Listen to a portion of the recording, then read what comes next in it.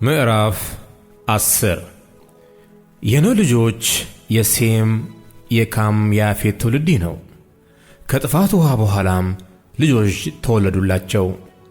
የያፌት ልጆች ጋሜር፣ ማጎግ፣ ማዴ፣ ያዋን፣ ይልሳ፣ ቶቤል፣ ሞሳህ፣ ቴራስ ናቸው። የጋሜርም ልጆች አስክናዝ፣ ሪፋት፣ ቴርጋማ ናቸው። የያዋንም ልጆች ኤሊሳ፣ ቴርሴስ፣ ኪቲም፣ ሮዲኢ ናቸው። ከነዚህም የአሕዛብ ደሴቶች ሁሉ በየምድራቸው በየቋንቋቸው በየነገዳቸው በየሕዝባቸው ተከፋፈሉ። የካምም ልጆች ኩሽ፣ ምጽራይም፣ ፉጥ፣ ከነዓን ናቸው።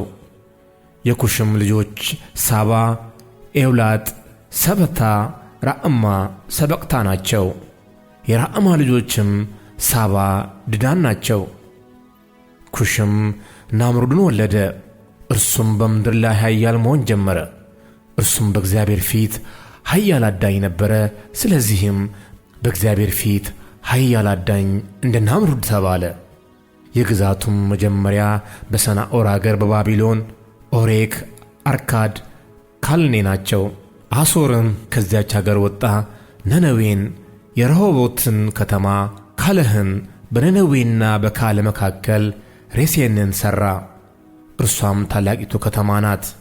ምጽራይምም ሉዲምን፣ አናሚምን፣ ላይቢንም፣ ኔፍታሌንም፣ ፈትሩሲምን ከእነርሱ የፍልስጥኤማውያን ሰዎች የወጡባቸውን ከሱሊሂምን፣ ቄፍቶሪንምን ወለደ።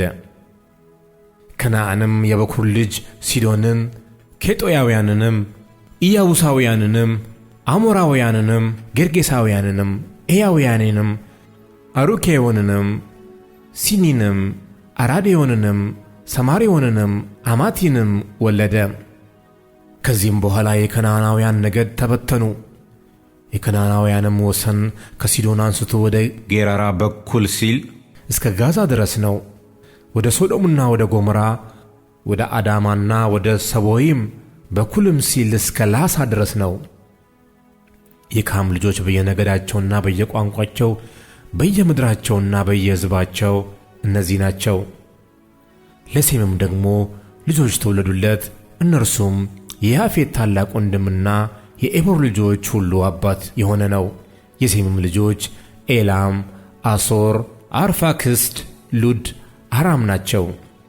የአራምም ልጆች ዑፅ፣ ሁል፣ ጌቴር፣ ሞሶህ ናቸው።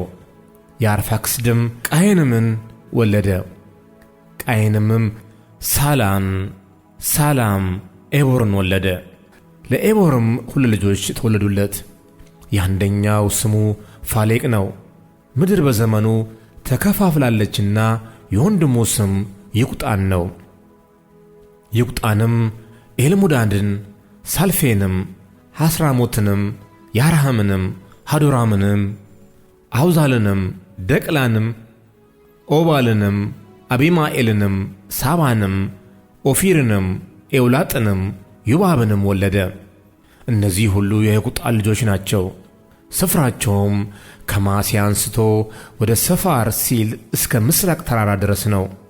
የሴም ልጆች በየነገዳቸውና በየቋንቋቸው በየምድራቸውና በየሕዝባቸው እነዚህ ናቸው።